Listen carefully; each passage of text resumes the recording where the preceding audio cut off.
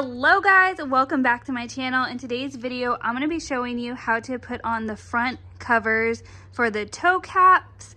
These are what they look like. I just ordered them from Amazon. I will link the exact ones that I have down in the description box. This is for a 2015 Toyota Highlander.